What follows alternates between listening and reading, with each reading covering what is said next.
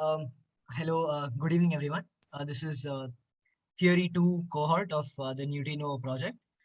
We're going to be presenting today about neutrino oscillations. We've all, not all maybe, but we've certainly heard of neutrino oscillations. So today, let's look at it in depth as to what it actually is.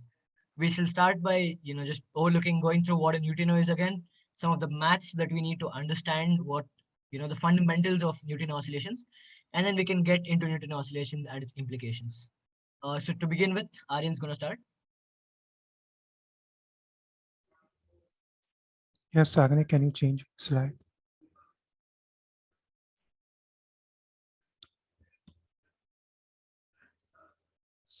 So, yeah, okay.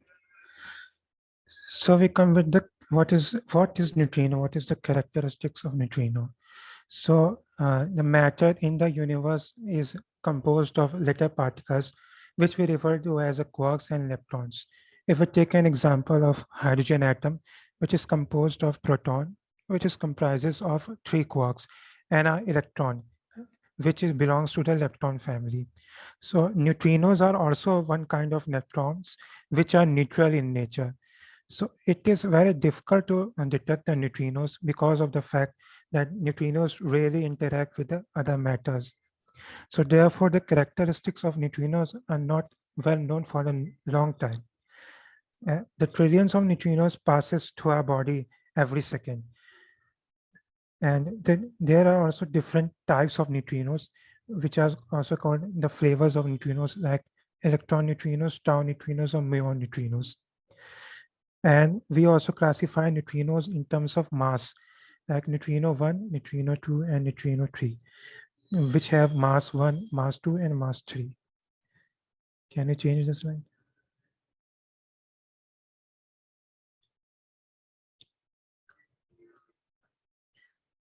Yeah, so neutrinos can classify in terms of mass and also in terms of flavor, which are mixed together with each others. The mass eigenstates and the flavor eigenstates and that we cannot be determined for the neutrino at the same times.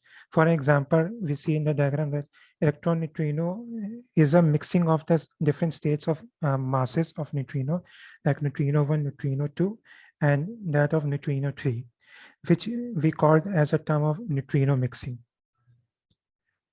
So basically, neutrino are the form with the mixing of the masses of different neutrino 1, neutrino 2, neutrino 3. So can you change your slides?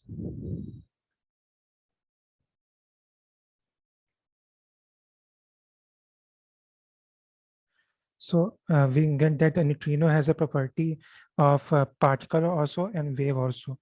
So neutrino 1, neutrino 2, neutrino 3 each have a different mass eigenstates that travel through space as a waves with a different frequency. So the flavor of neutrino is determined by the superposition of that mass eigenstates. So the type of flavor oscillation uh, forms because of the phase of wave changes. So that and the phase of wave change is called that neutrino oscillations. So neutrino oscillation verified that neutrino have somewhat of mass. It is very less, but it has somewhat mass. Uh, as until that point, we have thought that mass of neutrino was zero, but this neutrino oscillation concept suggests that the neutrino has some mass. And this can require for the framework of elementary particle theory to pass beyond the standard model. Neutrino oscillation occurs when neutrino has mass and zero mixing. So further, Abhishek will tell about what is the mathematical concept behind the neutrino oscillations and other things. So over to Abhishek. Yeah, so as we have got an intuitive idea about what a neutrino is, so before jumping into the concept of neutrino oscillation, let us clear some basic mathematical framework in order to understand the the mathematics that we are going to do. So can you please change the slides, Karthik? Yeah. So over here, as we can see, basically we'll just start with the Schrodinger equation. So what exactly Schrodinger equation is that it is a quantum mechanical analog of Newton's law. Like what Newton's law gives us that if we have an initial state, it gives us the progression of that state at a future time. So if I have an initial state at some t naught, the position and the velocity, then it gives me the position and velocity at a later period of time. So exactly that mechanics is captured in Schrodinger equation. But Newton's law, what exactly, like we almost can handle most of the cases in classical mechanics through Newton's law, but that exactly is not the case in Schrodinger equation. We'll see what exactly how does it changes. So now how do I get the time evolution of a dynamical system in quantum mechanics? So that mathematics is encoded into a unitary operator. Now at this point of time, what you exactly need to know about a unitary operator is that so as of now, the first important point we should keep in mind is that time is just a parameter in quantum mechanics, not an operator. In particular, time is not an observable as we talk about position and momentum, that they are not in the same footing. Okay, but Broglie and Schrodinger were guided by a covariant analogy between energy and time on the hand, momentum, position and momentum. But as if you could delve deep into the subject, you will find that there is no trace of the symmetric treatment between time and space. The relativistic quantum theory does treat time and space as on the same footing, but it does so only at the expense of like demoting the position from the status of being an observable to just being a parameter. So over here, the main point that we have to see is that time is just a parameter, and we are kind of to say heuristically inventing an operator, a time evolution operator, such that if we apply it to a state get, that we have a state get, we have prepared a system at some time t naught, and if we apply the time evolution operator, we should be able to get that state get at some t naught plus dt time. So that is exactly the concept of unitary time operator. So as we can see, next slide, Sarni. Yeah. So over here, before coming to this part, see, ultimately, see, the derivation of time evolution operator is a long thing, and I would suggest all of you whoever is uninitiated with it to go through it. It is pretty much simple. But what we exactly do is that we kind of use the evolution of a state instead of evolution of a state get in the Schrodinger equation, we use the evolution of an operator, the u as we name the unitary operator as u t to t naught, which suggests that it goes from t naught state to t. We just use that time evolution operator into the Schrodinger equation, and we get it at a different instant of time. So ultimately, if you can see the Schrodinger equation, the Hamiltonian, the potential part plays a major role. So even in the time evolution Hamiltonian also, the Hamiltonian plays a very important role. So this evolution, the time evolution that we are talking about, it is not constant for all kinds of processes. Okay, so basically we can categorize them into three parts. The first part being that the Schrodinger equation, the Hamiltonian is time independent. Now, what do we talk like? This might sound like a conundrum that we are talking about time evolution and we are talking about the Hamiltonian operator itself being independent of time. But bear with me over here. What do you exactly mean by Hamiltonian operator independent of time is that even when parameter t is changed, the h operator remains unchanged. That is, the eigenvalues of h when operated on state get, they do not change with respect to time. Okay. For example, this can be like a Hamiltonian for a spin magnetic moment interacting with a time independent magnetic field. If you can kind of remember in Stern-Gerlach experiment, the Hamiltonian is a function of B.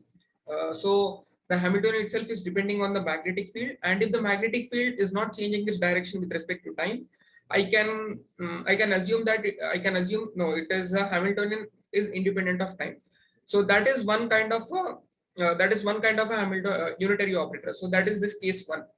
So this u t naught to t naught, if we apply to a state get, I'll get this time evolution of that get pertaining to that condition that Hamiltonian is independent, time independent. Now, The second case is that Hamiltonian depends on time, but it commutes at different times. Okay. Now, what do we exactly mean by that is that, let us consider the spin magnetic moment again, subject to a magnetic field whose strength varies with time, but whose direction is always unchanged. So it can be like the gradient.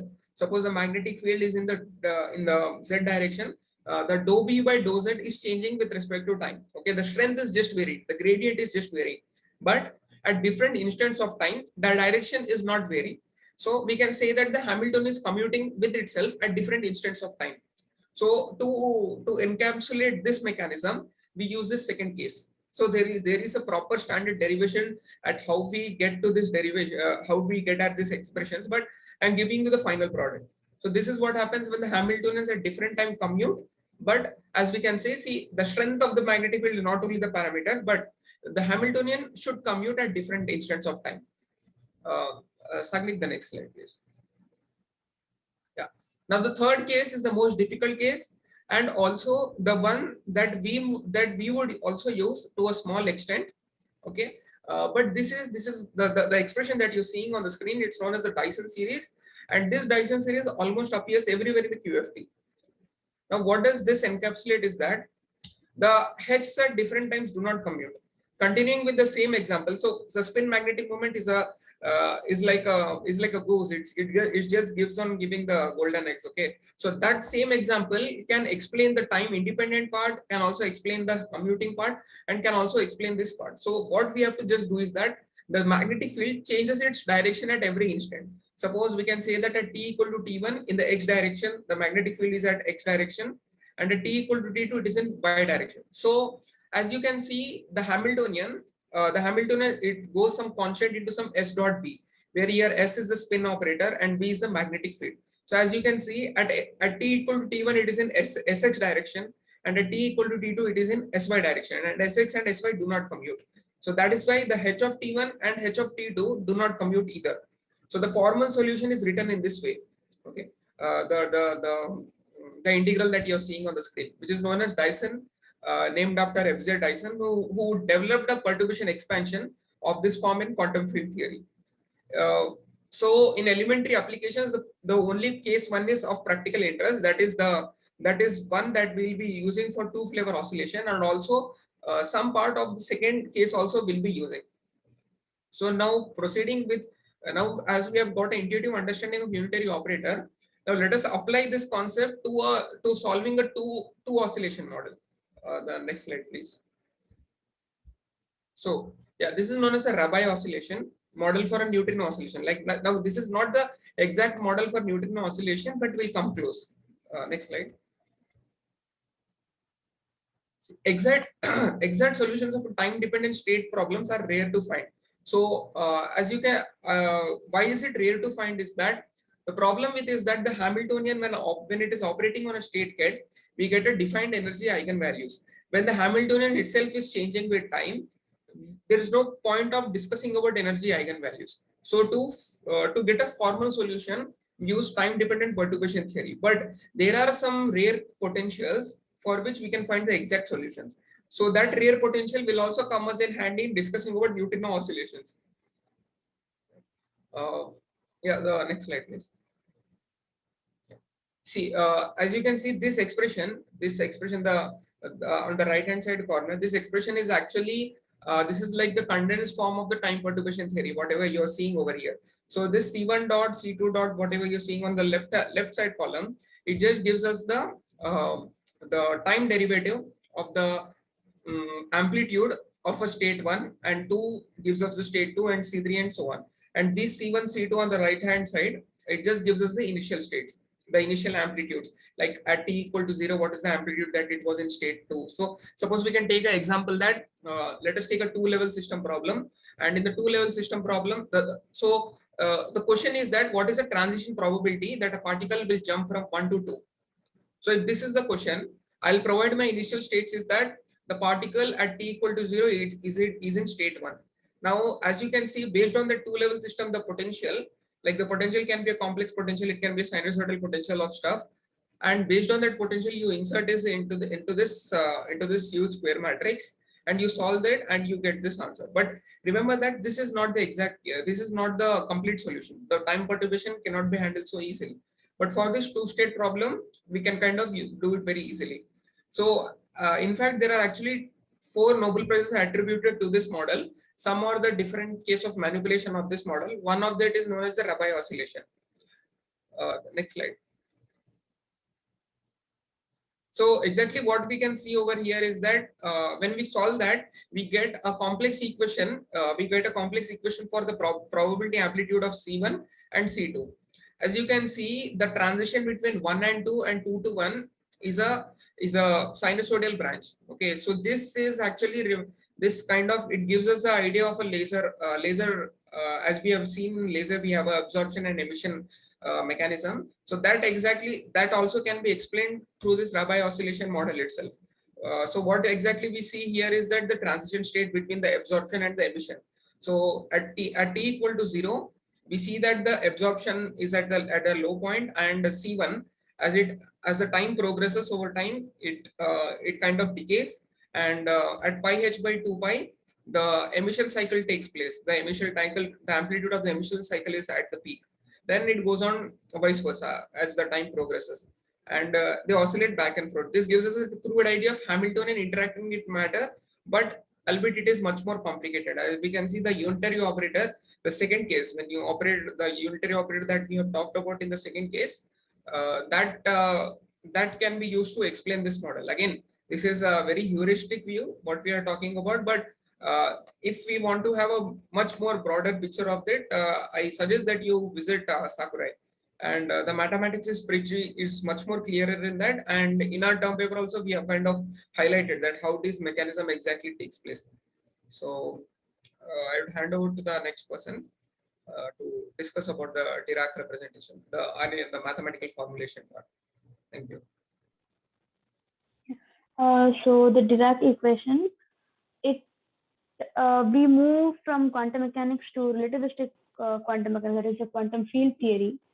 So it was derived by Paul Dirac in 1928, which was only after 2 years after Schrödinger introduced his equation. Now, if we already have an equation in quantum mechanics, why do we need another one? For this, we need to go back to 1905, when Einstein introduced special relativity. There he told us to treat time and space equally. But when we consider Schrödinger's equation, in the right-hand side, we have the double derivative of space that is represented by Laplacian, and in the right-hand side, we have the first order derivative with respect to time. So this is not relativistic. This is not relativistic, and we cannot use this to understand bodies which is having speed close to light. It so happens that there is another equation, a Klein-Gordon equation, where we can see the principle of relativity. In the Klein-Gordon equation, we have the double ordered partial derivative of time and space, but it happens that it is a second order, and in second order, we do not get the exact information. We tend to lose information. The Klein-Gordon equation was the hope to use this equation to identify and to understand the motion of fermions and other particles, but it so happens that only Higgs boson is understood in this equation. So for this, Paul Dirac, he introduced another equation, that is the first equation, that is beta mc square plus c summation from 1 to 3 alpha and pn of psi is equal to IS bar dou phi by dou t. Here, the m, that is the mass of the particle, c is the speed of light, and alpha and beta, they are unknown parameters, and pn is given by ih cross dou by dou xn of the function. So here we can see that it is the first order derivative of space and time. This equation, it kind of looks like the intermixing of a Schrödinger's equation and the Klein-Gordon equation. So here, when we find the value of beta, alpha 1, alpha 2, and alpha 3, we get the spin up and down of particle and up-down spin of an antiparticle. So this equation suggested the existence of antiparticle, but it was not discovered back then. So people thought it was wrong. But in 1932, we saw the existence of positron, that is the antiparticle of electron. So when we take h bar and c equal to 1, we get the second equation, that is I dou slash is minus m of psi is equal to 0, where dou slash is gamma mu and partial derivative of mu. So what is gamma here is that it is the fourth order matrix. So when we understand it more, we get the Pauli's matrix from this. So this equation, we move from quantum mechanics to relativistic quantum mechanics, and we understand the movement of neutrino and other fermions. Next, we have neutrino mass and seesaw mechanism. Thank you.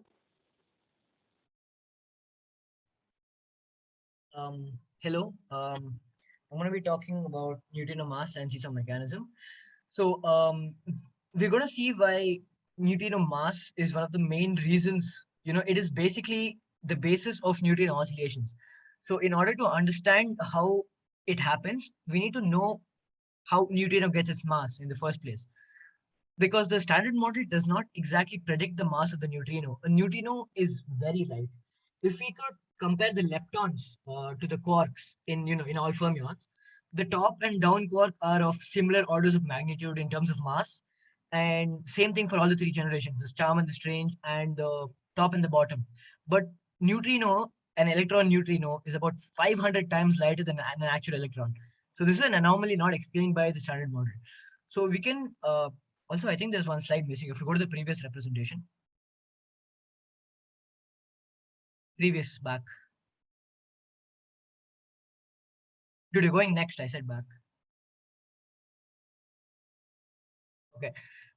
So for one more. Yeah. So first, from the Dirac equation, let us see how we can obtain an expression for like a mass of a neutrino. So we can get a rough idea of how it could be a possible theory, not part of the standard model. So you can derive Dirac equation from this famous Einstein's equation, E squared equals P squared plus M squared, and the Schrodinger's equation. First, we can start off by assuming that it's linear, because Schrodinger's equation does work for only linear systems. This you would get the equation that you see there is the linear equation that you're going to get, where the energy operator E equals I h cross dou by dou t. And as we know that this is supposed to satisfy the Einstein's equation, E squared equals P squared plus M squared, we could just square this and write it in form of this, where alpha and beta need not be complex numbers. They could be, but they need not be. In the previous equation, you can see the momentum P would give you the kinetic energy part of the equation, and the beta M would give you the potential part of the system. That's how you can compare it to the Schrodinger's equation. So when you expand this, alpha P plus beta M whole squared equals P squared plus M squared, you get four necessary conditions for this to work. The flower brackets here are the anti-commutator property of operators, if you guys know. So if it's equal to 0, it means alpha I alpha j minus alpha j alpha I. That's the plus alpha j alpha I is equal to 0. That's the anti-commutator property. It means alpha I alpha j is equal to the negative of alpha j alpha I. So and beta squared is equal to 1, because you get the beta squared, and that's just a scalar. So we can see that there are many things that can possibly satisfy these set of conditions. So anything that satisfies these set of conditions can be used as a basis of representation of neutrino mass. So here, let's look at three major representations. Next slide, please. So first, we start off with Dirac representation, the one who came up with this. So any matrix that fits the aforementioned, the four conditions, is called a gamma matrix in Dirac representation, Weil and Majorana. So we can use these matrices in the form the components, as we said, it could be scalar, it could be vector, it could be complex number, it can be anything. It can even be a matrix or a tensor or whatever. So it'll be convenient for us to use four vectors, since this equation does hold relativistically. So we can use 2 4 vectors, sigma mu and sigma bar mu. But all they really do is help us combine the different gamma matrices to for us to have a clearer picture of the thing.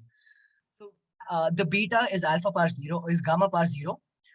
This would be the general formula for gamma par I. You see 0, sigma I minus sigma I 0. In Dirac representation, this is the formula for gamma par I. So you have gamma par 0 as your beta, and alpha would be the gamma par I. So the gamma matrix is gamma par 0, gamma par I, and there's something called a gamma 5. This is not gamma par 5, it's just gamma 5. It's I times the product of gamma par 0, 1, 2, and 3. So now why is gamma 5 important or special? Because in these representations, it stands like it is used in the chirality operator. Now what is a chirality? You guys have heard of left and right-handed particles, right?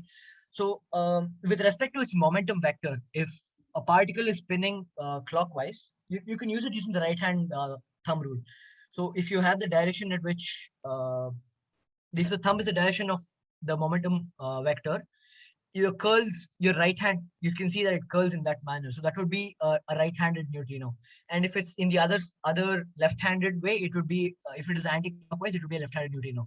So this chirality operator, the PR plus and L minus, this gives you the formula for the chirality to get the left and right-handedness. In Dirac representation, these are the left and right-handed operators.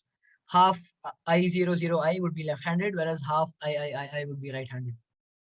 So when you apply these on a particular spinner, as we would see here, you're going to get whether it's left-handed or right-handed particle. Okay, next slide, please.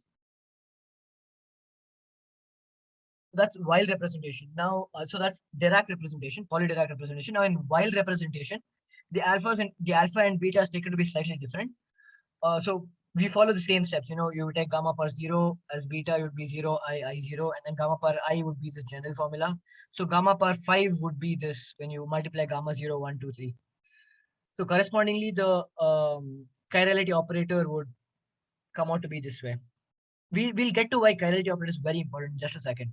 And now the third and most important representation is called the Majorana representation. Next slide, please. So the one thing different is we need to learn about what a Majorana fermion is and what a charge conjugation is. So a charge conjugate is an operator that inverts the charge of a fermion. So what is the charge of a fermion? It is includes but is not limited to electric charge. You have color charges for strong force interactions. You have the weak hypercharge for weak interactions. So all of these quantities that are conserved in any particular interaction are called charges. I'd also talked once about, I don't know how many of you attended it, but about some conservation laws in physics, in particle physics, and charge was a key factor of it. Charge is defined as something that's conserved in a particular interaction. So electric charge is defined to be conserved in electromagnetic interactions. It's also conserved everywhere else, but just as an example, that is what charge is. You shouldn't limit yourself to just electric charge. So now this operator in the DP, Dirac Pauli and Weyl representation is I gamma squared, where gamma squared I told you was the gamma matrix.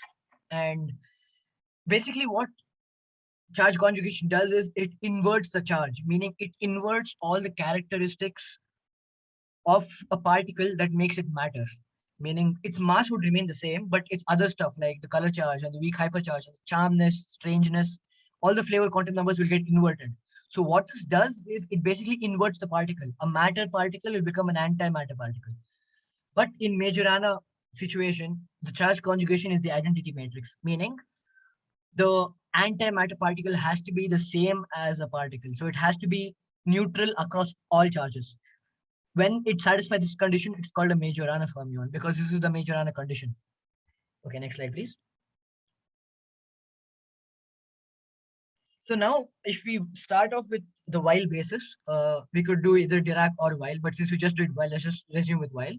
So we know that the charge conjugation is I gamma squared, and the value of the gamma squared was 0, sigma squared minus sigma squared 0. So I gamma squared would give you that matrix. So now if you want to apply the CW psi star, which is the charge conjugation operator, psi would be CW psi star. You have to get the conjugation of it. So if you do that, if you assume Xi to be a spinner of two states, Xi1 and Xi2, now why are we taking two states? Here we're taking two states for two different handedness, as in left-handedness and right-handedness. So the two chiral particles, their states are taken to be two different states, Xi1 and Xi2. We'll check how their interaction would differ under certain conjugations and interactions. So if you can compare the last matrix under CW Xi star, you get I sigma squared Xi2 star and minus I sigma squared Xi1 star. So if you can compare this to the original Xi thing, so you have Xi2 is equal to minus I sigma squared Xi1 star. So what this does is you get Xi2 to, you can express Xi2 in the form of Xi1. So even though an equation is right-handed, you can express it in a form of left-handed, but in the sense that it will be its conjugate, it will be Xi1 star. This has a very deep implication. So what would this mean? It means if you have a left-handed neutrino, if you want to get its antimatter part, it has to be a right-handed anti-neutrino. So one of the main things of Pauli-Dirac and Weil representation is, and most of standard model, it predicts left-handed neutrinos and right-handed antineutrinos. It does not, there's simply no room for right-handed neutrinos or left-handed antineutrinos. It does exist for all other for all other fermions, but it just does not exist for neutrinos. Sure, the other ones don't interact with the weak force, so it's virtually impossible to detect them, but the standard model simply cannot, it just fails. Yeah, so thus we have a decoupled state, meaning we have different expressions for just left-handed and right-handed states. Next slide, please. So in the Dirac equation, in the Dirac representation, the Dirac equation would be just exactly what somebody talked about. This would be the normal I gamma power mu dou mu minus m times I. If you want to decouple it, as in if you want to express it in the terms of single left and right-handed things, because we had Xi equals Xi1, Xi2, right? So if you apply that matrix into this equation, you would get this form. I dou t minus p sigma Xi r minus md Xi l equals 0. Whereas if it's left-handed, it would be the opposite sign because the chiral operator happens to be the opposite sign. So it'd be I dou t plus p sigma Xi l minus md Xi r. So that is the problem. So you do not get a single equation with left and right-handedness in the form of Dirac and Weil. But in Majorana representation, you can express both of them in the same handedness. Because again, Xi r, Xi l can be expressed as minus I sigma squared Xi r star, Xi r conjugate. So that's what it would be. You can see the bottom two equations, left and right, the two white boxes. You can see how both the equations are in a single chiral operator, meaning one equation has only right-handed and the other equation has only left-handed. So it should be easier to solve and predict stuff. Okay, next slide, please. So what's the key differences? Sure, like we can express it differently, but what's the point of doing so? So it's similar and different in many ways. So it's similar because both of them use the four component spin, or the sigma, what I talked about, the gamma matrices and the mass terms, because everything has gamma, sigma, and m. But it's different because the Weil representation also has the charge conjugate of it, right? Because you saw Xi r and you saw minus I sigma squared Xi r star. So minus I sigma squared Xi r star is the conjugate of just Xi r. So it also has a conjugate of it. Of Xi c, which is of the spinor Xi. The main point of a Majorana fermion is that the particle has to be the conjugate of itself, meaning Xi has to be Xi c. So charge conjugation implies matter-antimatter inversion. So a Majorana fermion is its own antiparticle, meaning its electric charge has to be the negative of its own electric charge. The only way this is possible is if it's a neutral particle, and neutrino does fit in this. So a neutrino theoretically could be a Majorana fermion. So it's invariant under Lorentz transformations because we use the standard four vectors. So we have a proper comprehensive relativistic quantum mechanical equation, meaning we're just trying to test out stuff of how Majorana does his theory even work. Is it even worth looking at, right? So we're putting it through various tests. So as of now, it's past relativistic, it's past Lorentz invariance, it's past charge conjugation, matter inversion, and electrical neutrality. So as of now, it's looking pretty good. And the Majorana representation allows for Lagrangian to contain three different mass terms. So these are realized in two distinct mass terms, which is the left and the right-handedness. It forms different masses due to the seesaw mechanism that we will see. and it also has a Majorana, a Dirac mass, the MD, the standard mass term. For a massless particle, the chirality is conserved since the equation of motion does not decouple left and right-handed things. Meaning, if it has mainly only Dirac mass, then it won't matter. But if the different handedness do have different mass, then the chirality breaks down. Meaning it's not parity inversion anymore. This leads to CP violation. The Lagrangians for it are too complicated and it's not related, or it's not the main scope of Newton oscillation. So let's skip that for now. But if you are ever interested why CP violation happens, it's because the parity and chirality are broken when you have uh, mass leptons which are not decoupled. It does have something called CPT invariance, meaning charge parity and time. Every quantum mechanical system, every physical system in the universe has been charge parity and time invariant. So if you invert all three of them, you would get a same universe. That's what it implies. But it's slightly more freer, when I talk about Majorana, because the charge, you don't have to worry much about charge because it's neutral. And the parity, if you work in Majorana representation, the Lagrangians allow for CP violation as well as conservation. So that's not a big deal. And CPT is anyways invariant. So Majorana is not very constrained. It's a kind of like a free theory, which is agreeing with terms of other theories and experiments as well. So it's looking out to be a very, very good system, the Majorana system, the basis to work for. Next slide, please. So first, let's look at how you get an eigenvalue of a matrix. So what is an eigenvalue of a matrix? So if you have any matrix with a n cross n matrix, you can always express every n cross n matrix as a diagonal matrix of elements lambda1, lambda2, all the way up until lambda n, meaning every matrix can be expressed as a diagonal matrix of just completely independent values. And these independent values, meaning ai and ajj, where all I, j are the same thing, basically the diagonal elements. These each elements are called the eigen values of the system, and each of these proportionalities, these eigenvalues are essentially proportionalities to actual values, and these are called the eigenvectors of the system. Next slide, please.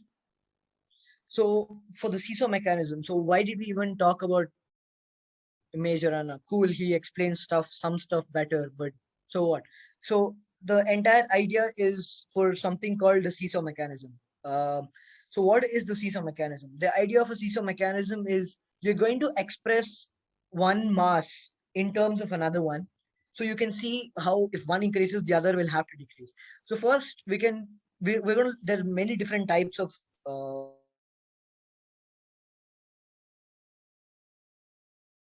understand. First of all, we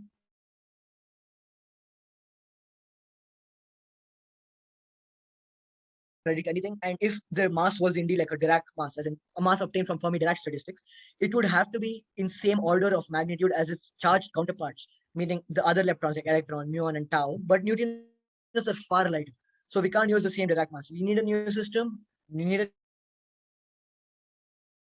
new mechanism, and the best looking theory so far is the seesaw mechanism. So let's see what this has to offer. First, we can just consider a 2 cross 2 matrix. As I said, you can express it in terms of that. So you'll have only two eigenvalues because n cross n is just 2 cross 2. You can have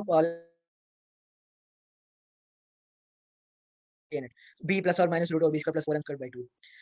So now, as you can see, the geometric mean of lambda plus and lambda minus has to be m, because lambda plus and lambda minus are the diagonal elements, and the determinant is basically going to be the product of the diagonal elements because all other elements are 0. And the determinant is minus m squared. So the geometric mean has to be equal to m. So this would be, you can think of m as a wedge in a seesaw. So the average height would be the height of a wedge if you're looking at a seesaw, right? So now that you have a plus and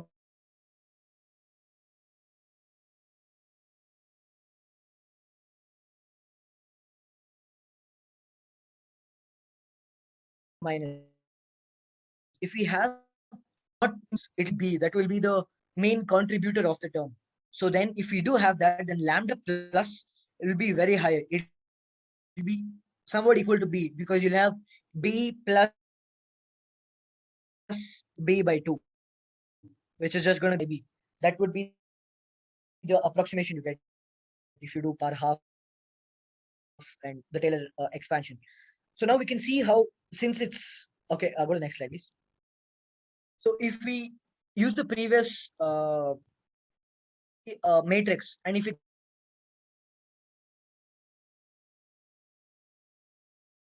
compare it to the matrix where you get using the Majorana equations, and you can get in further topic that Ishan will talk about, like electronic mixing. So here you have the different masses for left-handedness, which is ML, right-handedness, which is MR, and the Dirac mass, which is MD. So if you can just subtract ML times I, the identity matrix, from the main mass matrix, you get this 0, MD, MD, and then MR minus ML. Now you can see how this is exactly like the previous matrix, 0, M, and B. So what all these, the future steps are just simplification of that. There's no point going through it. So what did we do in the previous thing? We assume B to be very large, way greater than M, right? So here we're going to assume MR minus ML to be way greater than MD. So that's what we said. Seesaw mechanism proposes that we set MR minus ML by MD to be large. So the two mass eigenvalues become. So what was the lower mass, lambda minus? It is M squared by B, right? So here it is M squared D, MD squared, the Dirac mass squared, divided by MR minus ML. And mass 2 will just be MR minus ML. So if you do assume that MR to be way greater than ML, so maybe that's the reason why MR minus ML by MD is so large, right?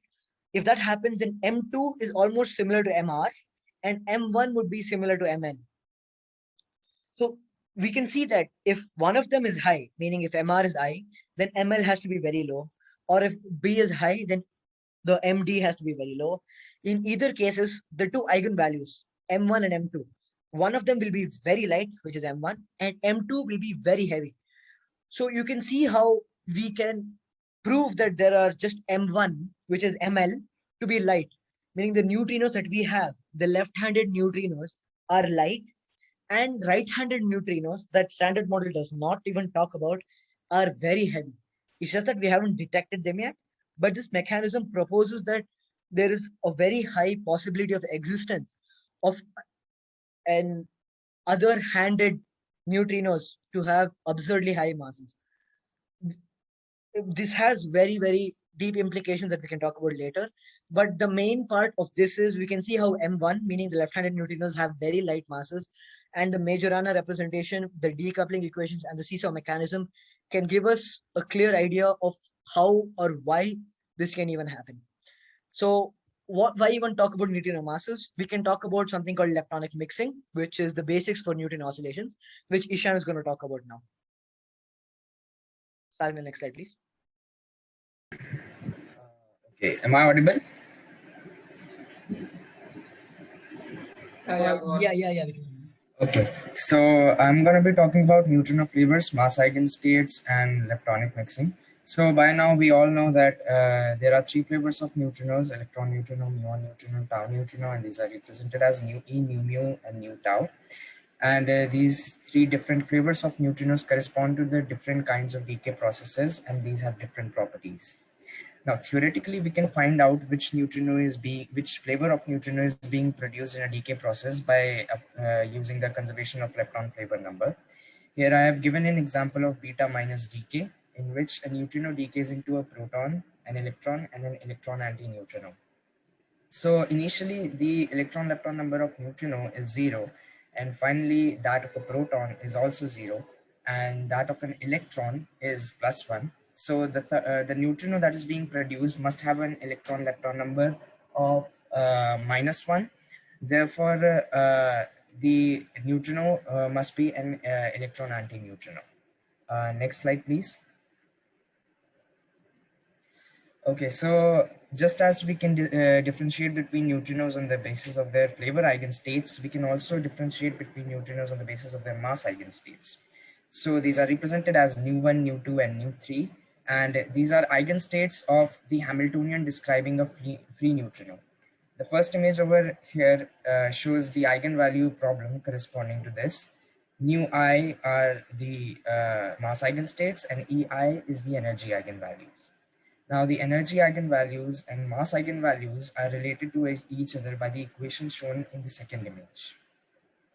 Next slide. Okay, so now I'm going to be talking about leptonic mixing and basically what leptonic mixing says. Next slide. So the first image over here shows a leptonic decay process in which a W plus boson decays into a neutrino and an anti-lepton of a particular flavor alpha. Now, what this equation says is that the neutrino that is being produced in a leptonic decay does not have a fixed flavor eigenstate, but it has a fixed mass eigenstate. And that mass eigenstate doesn't need to be same for a particular flavor of an anti-lepton. For example, if in a decay process an electron anti-lepton is being produced, then and along with that a new one is being produced, then it is possible that along with electron anti-lepton a new 2 is being, or new 2 or new 3 is being produced.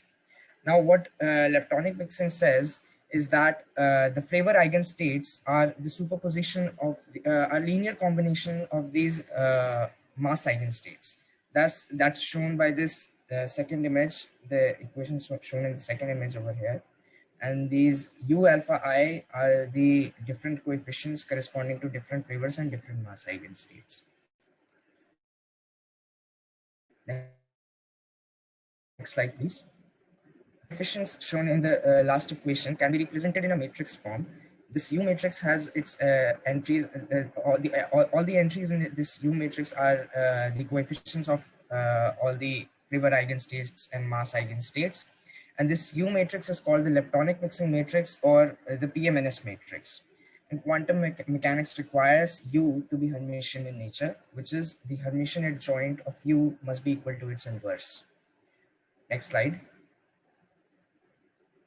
So the fact that U is Hermitian in nature allows us to write the mass eigenstates as a linear combination of flavor eigenstates as well. That's shown in the first equation over here, and the second image shows the approximate flavor content of the mass eigenstates. Next slide. So the Lagrangian of a neutrino can be expressed by the equation shown in the first image over here. And this equation can be expanded in the following form shown in the second image. And this has been expanded in mass eigenstate basis. Previous slide, yeah. This has been expanded in mass eigenstate basis, and we observe that the mass matrix, which has been named MD, is diagonal. Yes, next slide. Now the same Lagrangian can be expanded in flavor eigenstate basis in the following form given in the first equation. And we observe that the mass matrix over here is not diagonal. And if there would have been no mixing between the flavor eigenstates and the mass eigenstates, then this mass matrix, which we have named M, would also have been diagonal, but that's not the case. In fact, this mass matrix M is diagonalizable to MD, the diagonal matrix, which we saw earlier. And the equation that relates both of these matrices is the equation shown in the second image over here. So that's it for my part. And now Sagnik will explain general Hamiltonian and mass eigenstates. Thank you. Yeah, thank you, Ishan. Am I audible? Yeah. Okay.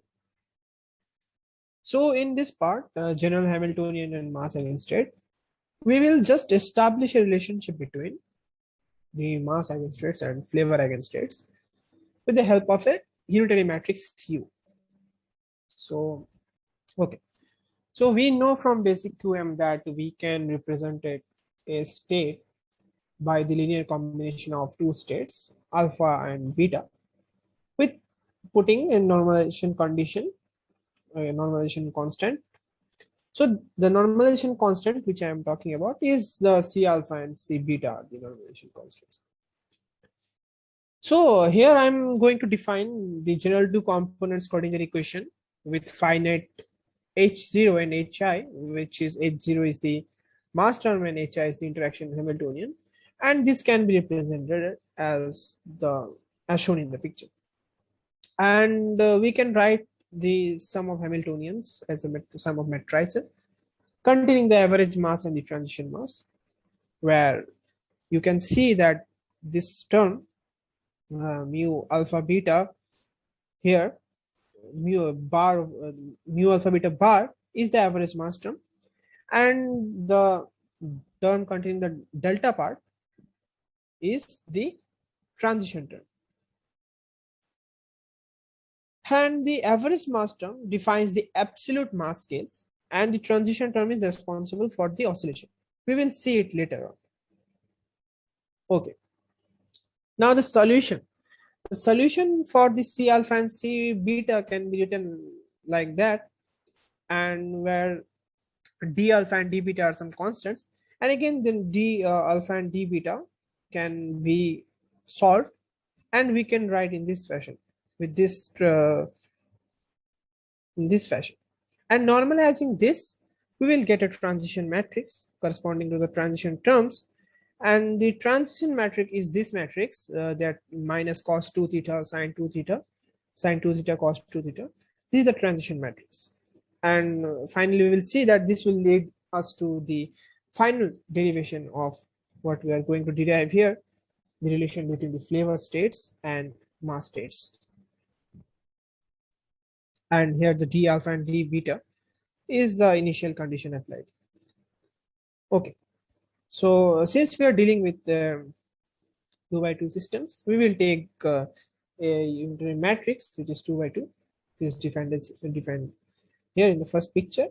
And before that, I would like to emphasize that omega t and the tan 2 theta are parameter in omega t and tan theta. In these expressions, the parameters theta and omega t are measured in the oscillation experiments and known as mixing angles. Theta is known as the mixing angles, and omega t is the angular velocity of the oscillation.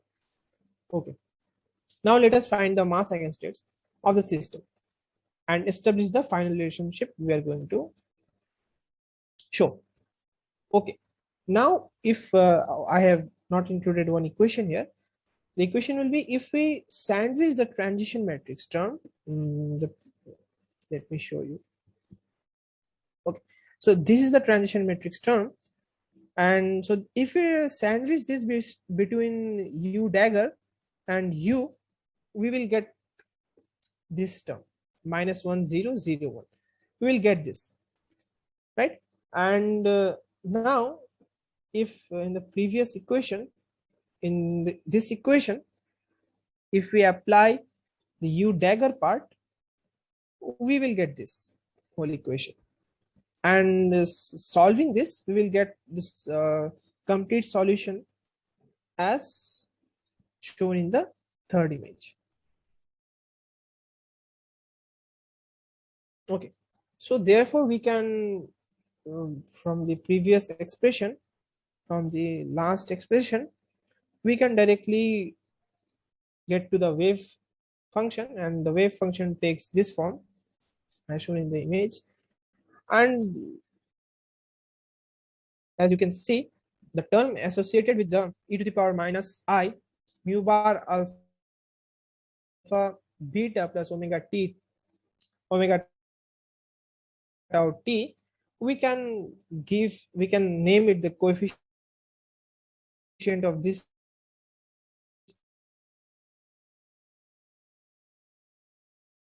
minus U times matrix containing alpha and beta, which are the flavor states.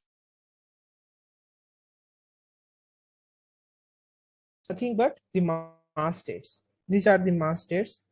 Okay, so before going to the next topic, I would like to emphasize and note that the basis states plus and I are the mass states, which I have explained, with eigenvalues m plus and m minus respectively. And here the matrix U here mixes the mass eigenstate with the flavor eigenstates. So this is called as the mixing matrix. It is the same mixing matrix U which connects the coefficients of mass eigenstates and flavor eigenstates.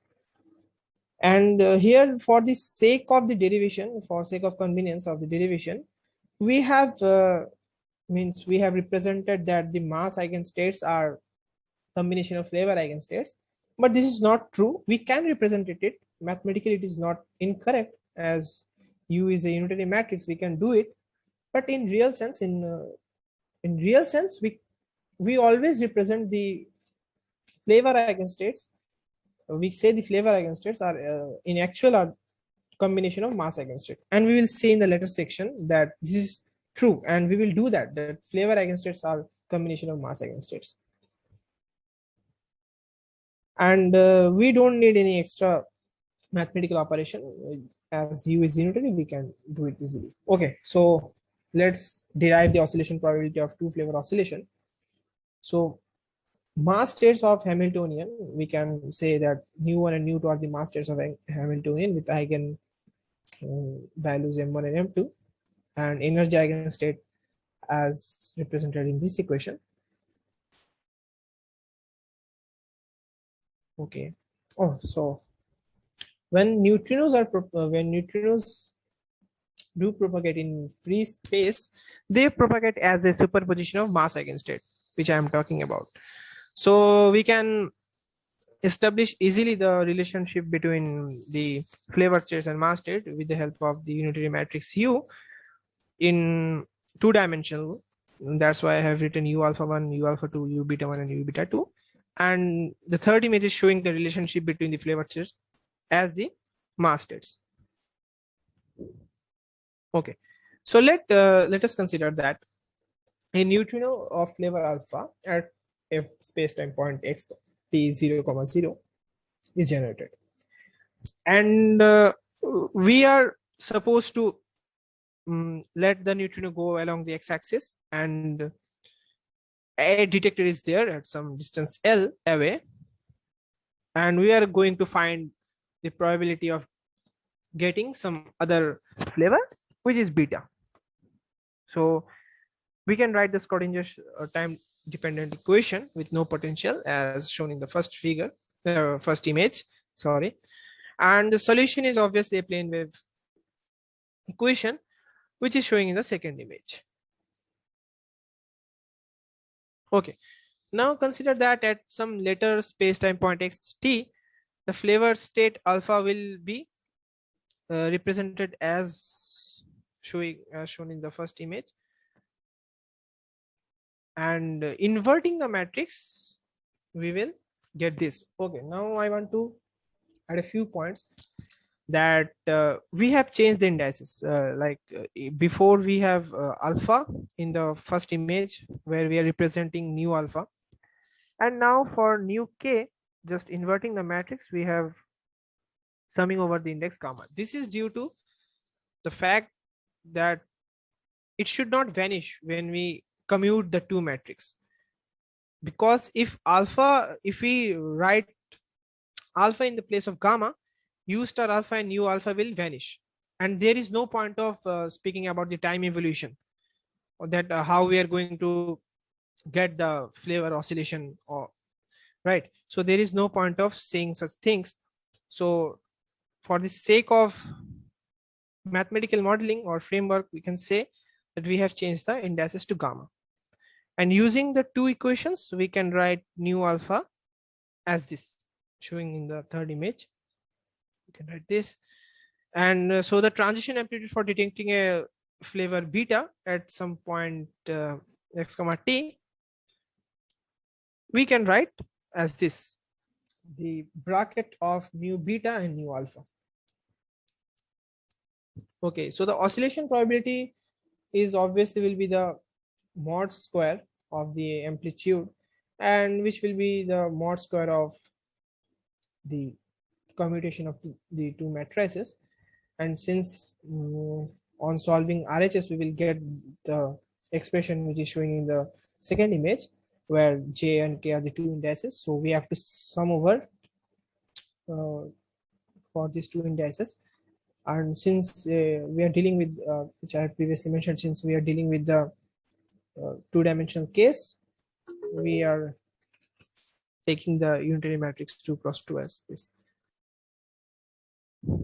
Okay. Then solving for the different values of I, j, and k, we'll get these four terms, and further putting this back to the probability equation, we will get the final expression as 2 sine square 2 theta sine square phi 2 minus phi 1 by 2. Now, from the plane wave equation, if you can remember the plane wave equation, there was a phase. The phase is expressed as this phi I as EIT minus PIX. And I forgot to tell this, the P and X are the four vectors, one for momentum and one for space.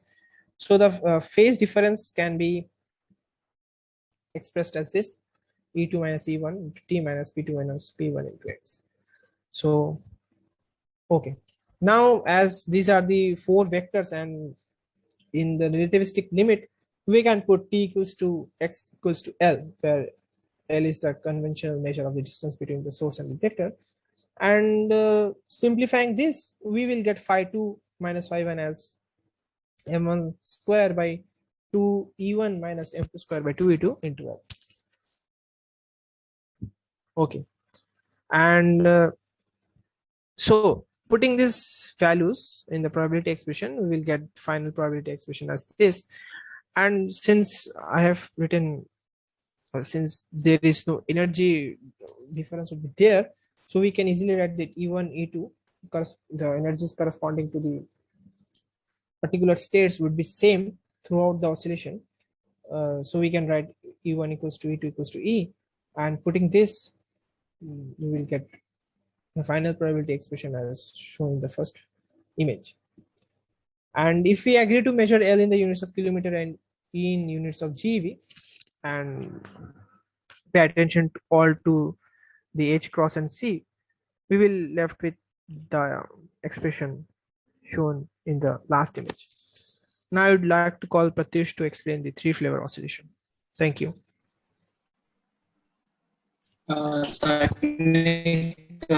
Explained it quite nicely.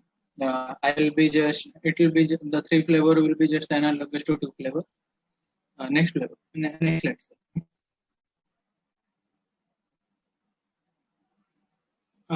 There are three neutrino flavors, as you know, in the standard model, and there are three mass eigenstates accordingly. These neutrino mass eigenstates oscillate among each other continuously, giving rise to the different neutrino flavors, as we discussed above. So these oscillations are described by 3x3 complex unitary matrix that is also known as the PS matrix. So the flavor states, or known as the weak eigenstates, are represented in terms of the mass eigenstates as follows in the first picture. The UE1, UE2, all this matrix is the PNMS matrix, also called the mixed matrix. As it is an unitary matrix, its inverse can also be written. Mass eigenstates can also be represented in terms of the flavor eigenstates. Next slide.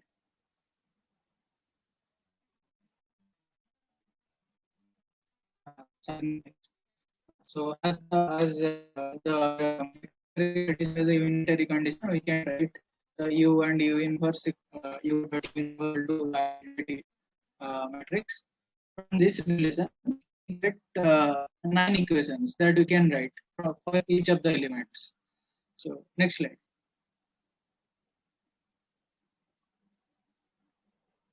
So from this unitary condition, we get 9 key relations between mixing matrix elements that we are going to use later in the oscillation probability. So for all the zeros, the 6 zeros are there. So for the 6 zeros, there are 6 equations, and for the 3 ones that are the diagonal elements, there are three equations. So there are in total 9 equations. Here, alpha can be any kind of any flavor of neutrino, like electron neutrino, muon neutrino, tau neutrino. Next slide.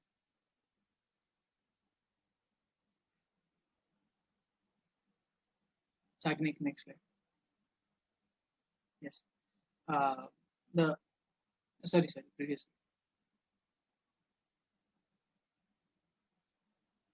A neutrino, whatever its initial state might be, continuously oscillates as it travels in the space-time. let's suppose the neutrino originating from its source at time t equal to 0 is in 100% alpha neutrino state. Alpha can be electron, mu1 or tau. So we can represent the initial neutrino wave function as this psi at x equal to 0 equal to psi of psi alpha, that's alpha flavor. Now as time passes, we can write the time evolution of the wave function as determined by the mass eigenstates like psi of t. So the flavor eigenstates that are the initial conditions, we can multiply the phase factor so that it becomes a time evolution of function. But phi is the phase of the wave plane wave representing each mass eigenstate. Next. Now, as we had discussed above, we can write the mass eigenstates in terms of the flavor eigenstates. So we replace all the mass eigenstates like nu1, nu2, and nu3 in the above equation from the unit in terms of the flavor eigenstates to give rise to this equation. In the u alpha 1 in the bracket, the total nu1 is been written in terms of the electron neutrino, muon neutrino, tau neutrino. Like this, in all the mass eigenstates has been changed to flavor eigenstates. Next. So rearranging the terms so they become the coefficients of the flavor eigenstates. Like we want to bring the coefficient. We have to find the coefficients of the flavor eigenstates. So we rearrange the terms to get the coefficients. So we get 3 coefficients for the 3 flavor neutrinos. Next slide. Now coming back to the probability, now we can finally derive the probability of oscillation of a neutrino from one flavor state to another. The probability of the oscillation from the alpha flavor state to a beta flavor state then becomes the inner product of the 2 flavors, like the flavor of these beta eigenstates with the wave function of the initial alpha state. So after the inner product, and as we know, probability becomes the square of the modulus of the inner product. So we get this equation like u alpha u beta 1 star in the phase factor. So now to simplify this, we can use the complex number identity that z1 plus z2 plus z3 mod square equal to z1 square plus z2 square z3 square plus the real part of all the multiplication, as you can see in the equation. Next slide. So we get this equation after replacing the z1 with the u alpha 1 u beta 1 star, all these things that we have to count the probability. So after all the rigorous calculations, can we get to the next slide? Yes, after all the rigorous calculations, now we keep that equation for hold for some while. Then we had discussed to use the 9 key relations, one of the 9 key relations from the above unitarity of the PNS matrix. So now it is the time to use them. So there are 6 zeros, as we can recall, there are 6 zeros, so 6 equations for them. So we use them to get the probability. So we know u alpha I and u beta I star equal to 0. So we expanded that, and we again use the complex number identity as we had used before in this equation. So to get this equation at the bottom. So can you get the next slide?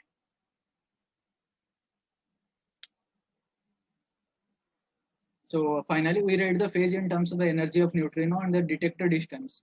Like we have taken L to be the distance between the detector and the source of the neutrino, and energy is E is the energy of the neutrino that we are observing.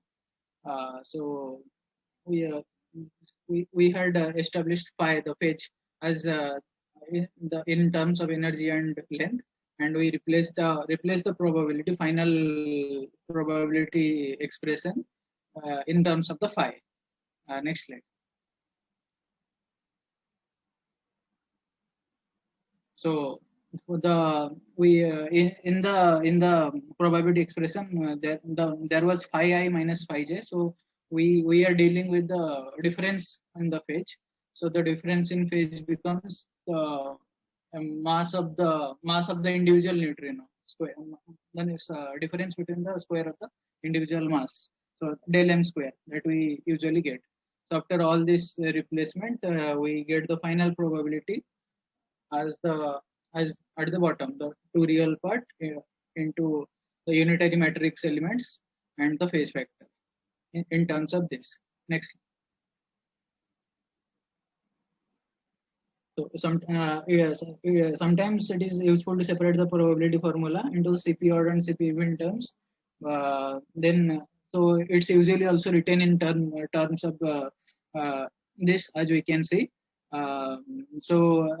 This expression helps a little bit in experimental results. We don't directly use the above the probability term that we derived, that is not used in practical sense. In practical sense, we use this formula, which is in terms of the del m square and L and E, where for practical purposes, the del m square L by 4E, if we take the energy in giga electron volt and the length in kilometer and the mass difference in electron volt square, then we get this factor 1.267. So finally we get this probability which we are after. Thank you.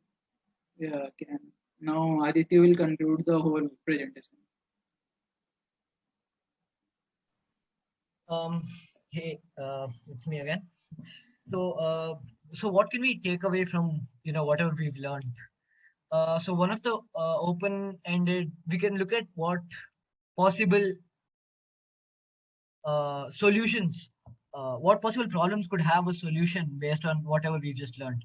So we could end up proving supersymmetry. This is slightly more related to my part because the mass part is where it's truly in the air still, it hasn't received a definitive conclusion yet, because oscillations we've seen that they happen.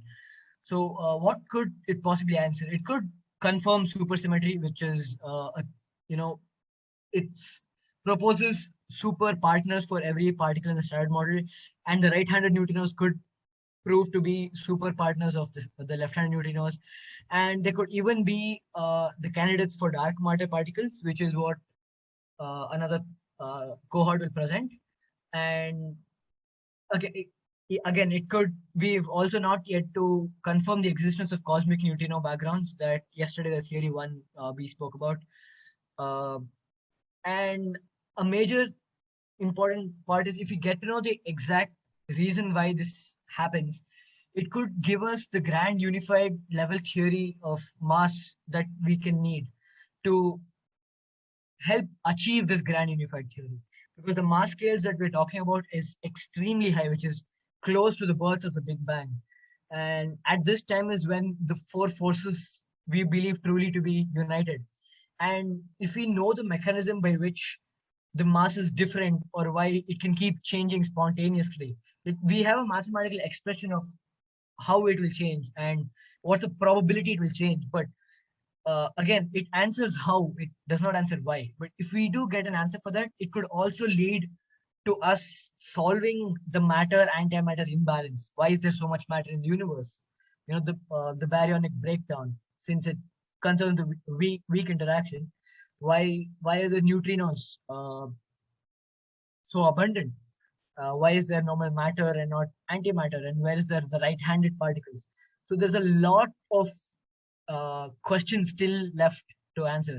Standard model is far from a perfect theory, but it is the best one we have. So the only thing we can do is try and push our knowledge even more, try to get more answers. This may lead to more questions, but in a never-ending pursuit, we may one day finally understand how the universe works. And that will be our entire presentation. You can go to the next slide. Thank you, everyone, for attending today.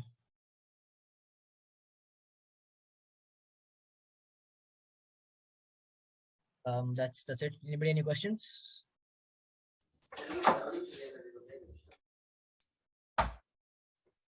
Hey guys, so it was a good presentation. So does anyone have any questions from the audience? Yeah, are you able to listen me? Yeah, Hello? yes, sir. Yeah. Yeah. Yes, sir. Yeah, I must confess I didn't understand much of the mathematics or most of the mathematics. That is a confession, honest confession. But I have one question and one little related question. See, these three flavors of the neutrinos have different mass. Tau being the heaviest. So when they oscillate from one flavor to another flavor, so suppose the mu neutrino is oscillating to the tau neutrino. So the extra energy you are getting outside the system or what? From where the extra energy is coming? Because you went through the wave equation. So I was looking from the mass energy point of view. So how do you get the extra energy to get to a heavier flavor? That is my first question. Once you finish that, then I will put my second one. Am I clear in my question? Yes. Will anybody answer it? The people who did the oscillation part. So what exactly, actually the thing is that, so the flavor oscillation, we thought of it, the concept actually deals with is that the each and every flavor is a superposition of there are three eigenstates. So now when we are talking about this oscillation, so it's like what can we say, like yeah, the interaction with the matter is one part. When we come to the interaction of matter, then the energy transformation that you are taking place, that is going to happen. But the other part, so each and every part, whenever we are talking about any flavor, it is not like it is transposing from one part to another due to some additional stimuli or some energy. Each and every part, each and every flavor, I mean to say the muon, electron and neon, it will be a superposition of three eigenstates. So what exactly gives its flavor is that it's not like one flavor will have only that particular eigenstate. Suppose if we take some electron, it exactly don't remember the ratios of the three eigenstates, but no, I understand. I understand from the quantum mechanical point of view. I understand that. That is exactly the route you have taken.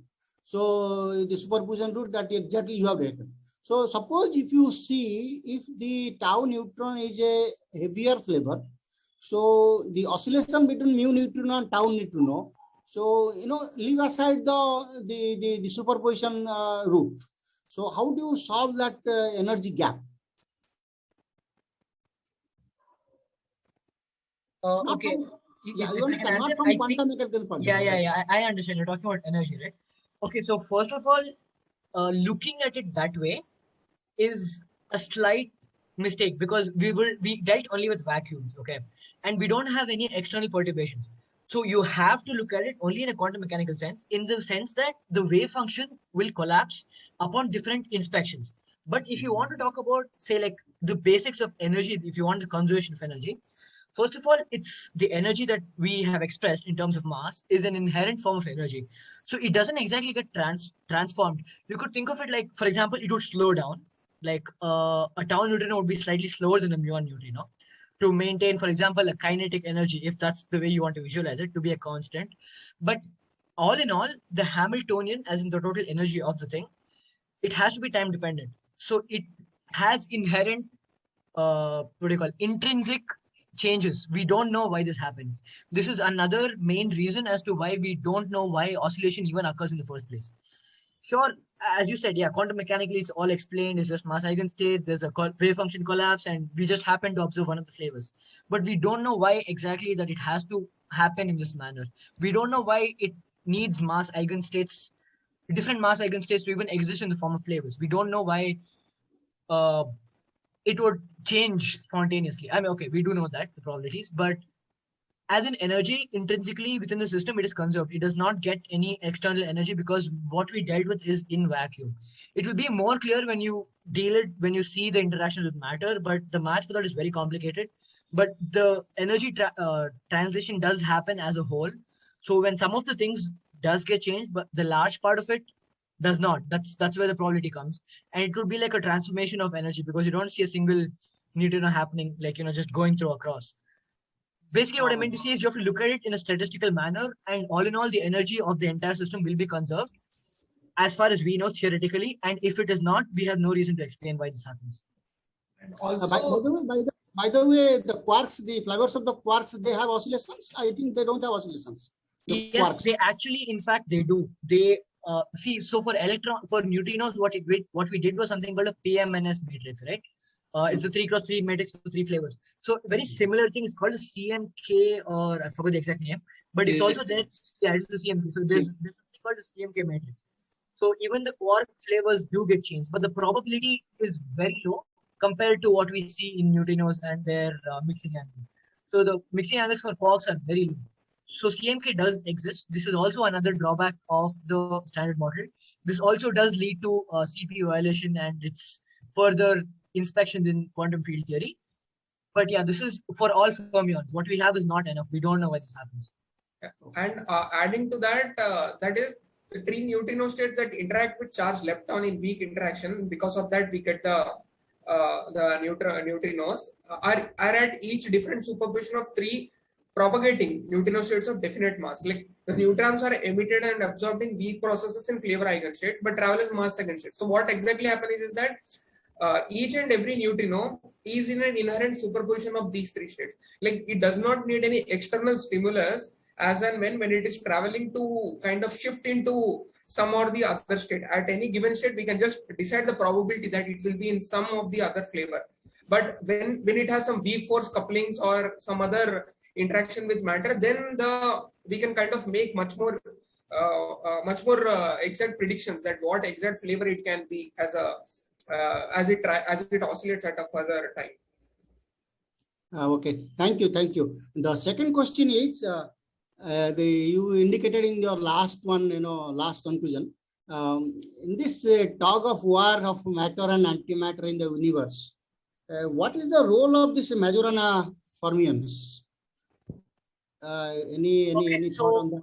Okay, so what is a Majorana fermion? As I said, it's basically when the matter and antimatter are the same particle, right? So what is the antimatter of a photon? It is a photon itself. Okay, first of all, that is like even done in standard model, everything. But that is the only particle that we know so far that is its own antimatter. So like a W plus and W minus, they're antimatter particles of each other. And quark, anti-quark, all of that is standard. But a Majorana mechanism could explain, like, we just assume that there's more matter, when in fact that could be antimatter itself, because if it's its own anti-particle, right? That's one way to look at it, and that's only for neutral particles. For charged particles, as in electrically charged particles, we don't yet have a theory. So if Majorana is confirmed in the first place, we could build upon that instead of the standard model.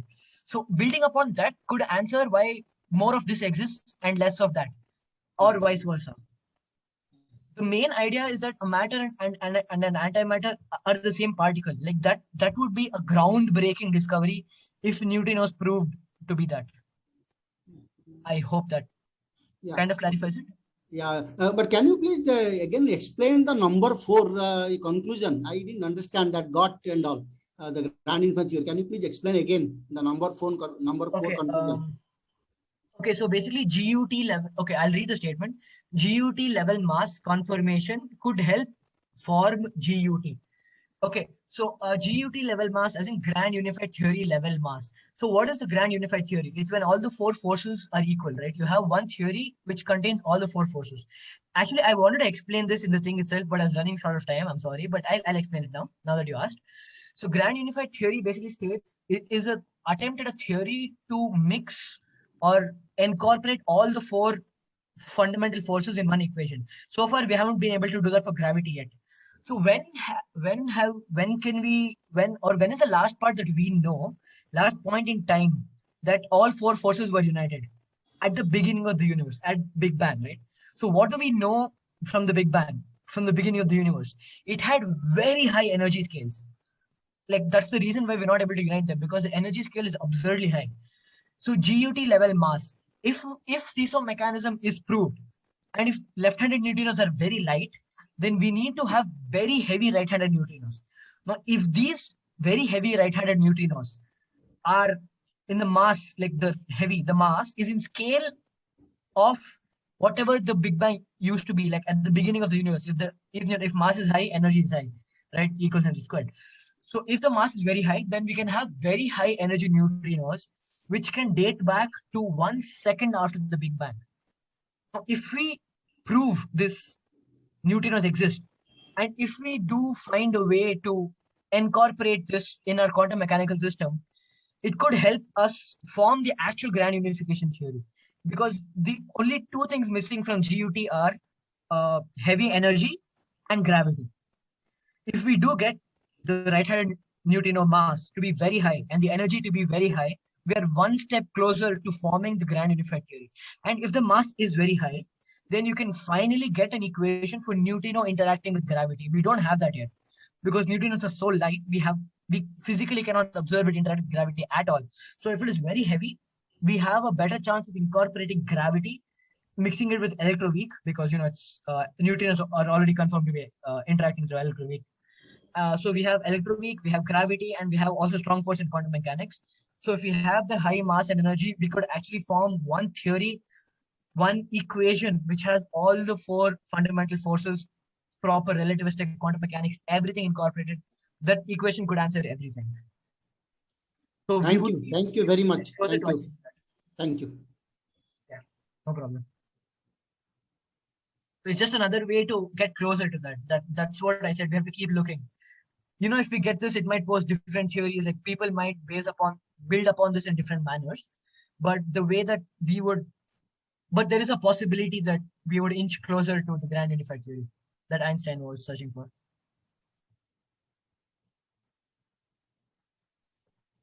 Okay, so does anyone have a question, guys? Anyone else?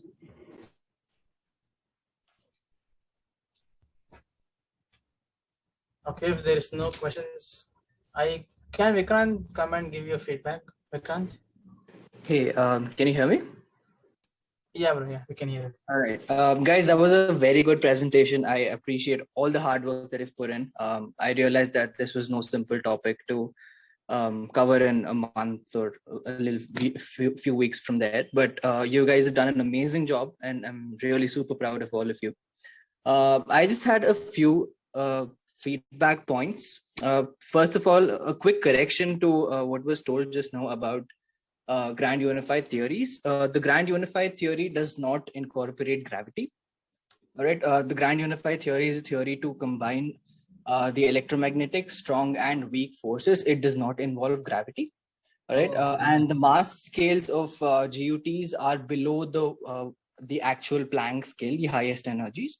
If I remember correctly, the mass scales of GUTs are around 10 to the 16 giga electron volts, whereas the highest that we can go, where we are expecting the unification of all the four forces, the theory of everything, if you want to call it that, is around 10 to the 19 giga electron volts. So there's a difference of around 1,000 giga electron volts between the mass ranges of GUTs and theory of everything. So that's a very small correction that I wanted to make. After that, okay, yeah, thank you for that.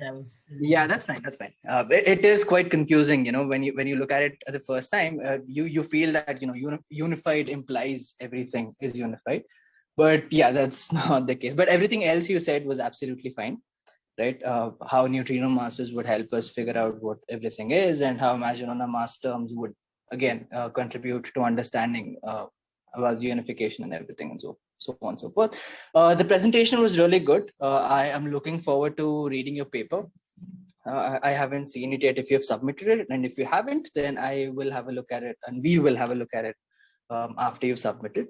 Apart from that, I think when you're presenting mathematical equations in your presentation, in your PPT, make sure there are always a few accompanying lines with them, telling what the equation is all about. Because if you were to, send this PPT as it is to someone else who is, I don't know, let's say new to this topic, right? That person's going to be lost as to what this equation is. They're just going to see the equation there, and there is no explanation to it in the presentation, right? Because when you are actually presenting it, you spoke about it, yes, but there's nothing written there, right? So make sure that there are a few lines about the equation itself and a few lines about what the equation implies, right? You don't have, when you're presenting, you don't have to go through the entire mathematical procedure, right? You don't have to say, you take the complex conjugate, you take the determinant. You don't have to do all of that, right? Because that is implied. You do stuff, that's how you get stuff. What's important is how did you analyze that equation? What does the equation imply, right? What's the result of it? That's more important. So I found that a little less in your presentation, so you guys can work on that. Apart from that, everything was pretty good. This is the only feedback points that I had. Sagar and others, if you guys have any more feedback, you can go ahead.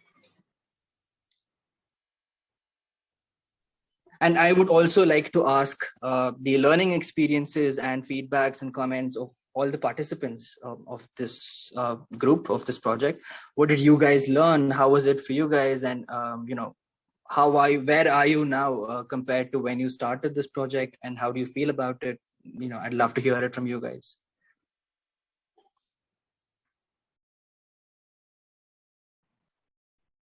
Hello, can you hear me? Yes, go ahead. Okay. At least like for me personally, when I first began with this thing, it seemed like such a wild topic, like I've always heard of the term Newton oscillations, sure, flavor can change. Like it was all in the area of mystery, and finally like sitting down and like understanding it, going through it was a wonderful experience, at least for me. And like a lot of the things before, I used to just go through the Wikipedia pages, just look up terms, and felt like I knew stuff just because I knew the terms of whatever it was. But actually sitting down to study it made me realize just how much I had absolutely no idea about. And learning, actually like going through it and learning about it was, it was amazing. Just the sheer amount that I learned over the past couple of months is a lot. And I would thank everybody for giving me that opportunity, honestly. And for me, it was kind of, the topics, at least for the two flavor case, at least I was familiar with the quantum mechanics part, but seeing its application for a real life phenomena was kind of eye-opening. And to calculate the probabilities, like to exactly apply what we kind of do mostly for the exam, but to apply for this case and to understand it so easily in this case. But the three flavor part, and it also opened towards me. I didn't know that I had a penchant for particle physics, but doing this project kind of it made my inclination little towards particle physics, and I started exploring it a little bit more that I would have not done if I could not have come across this project. So but at least for me, it kind of explored one other side of physics that I was kind of not very much privy to. That's really nice to hear from both of you. Anyone else who would like to unmute and let us know? Yeah, it was totally new for me too, and like quantum mechanics itself is totally new for me, and like it got me introduced to a lot of things, and it was a good start. I learned a lot of things, if not rigorously, at least I got introduced to it. That's nice. An introduction is, very important because it sort of lays down foundations to whatever it is that you're going to do next. And yeah, I hope you have built up your foundations pretty good so that you can continue on with different things. Sagnik, you were going to say something? Sorry. Yeah, for me, actually, I learned many things. And the main thing I want to emphasize that it helped me to decide in which field I want to work. That is obviously particle physics and with neutrinos. It helped me to decide this, that I will now have decided that I will do whatever thesis or whatever research in this field. Thanks. All this. We're really glad we could help you figure out what you want to study. And besides this, I would like to thank that I met with such lovely and nice people like you guys. Thank you very much. Right. Is there anyone else who would like to let us know about their experience so far?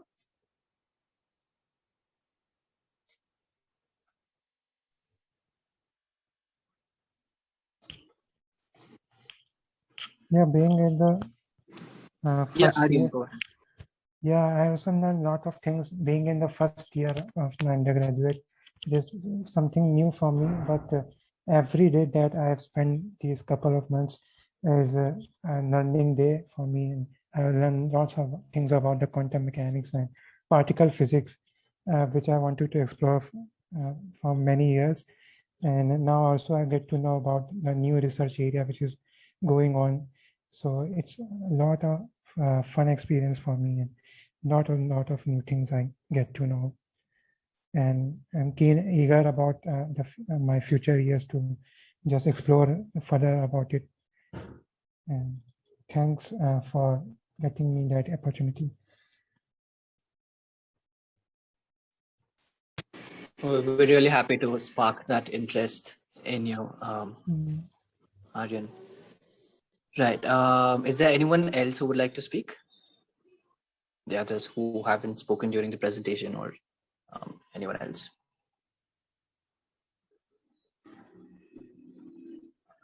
Right. So if there's nothing, I'd just like to give one small piece of advice. It was really great that you guys picked this topic about the PMNS matrix and neutrino oscillations and everything.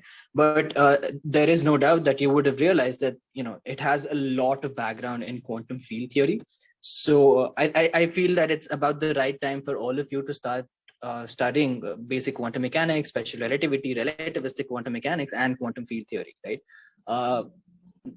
This project would have given you an idea as to what's out there for you guys, but it's always a good idea to go all the way back and work very well on your foundations. So quantum field theory is a very, very rich subject, and even the basics has a lot of it. Like when you mentioned about the charge conservation, it turns out that when the concept of charge conservation was first studied in something called the complex scalar fields. But that wasn't enough because that was for scalar particles. So it was carried over to Dirac fields, or the spin-off fields, where Dirac equation satisfied. And that's the origin of your electric charge, right? It comes out as a coupling constant, sort of, between different kinds of gauge fields and so on and so forth, right? So it's always a good idea to go all the way back to learn your basics. And we wish you all the best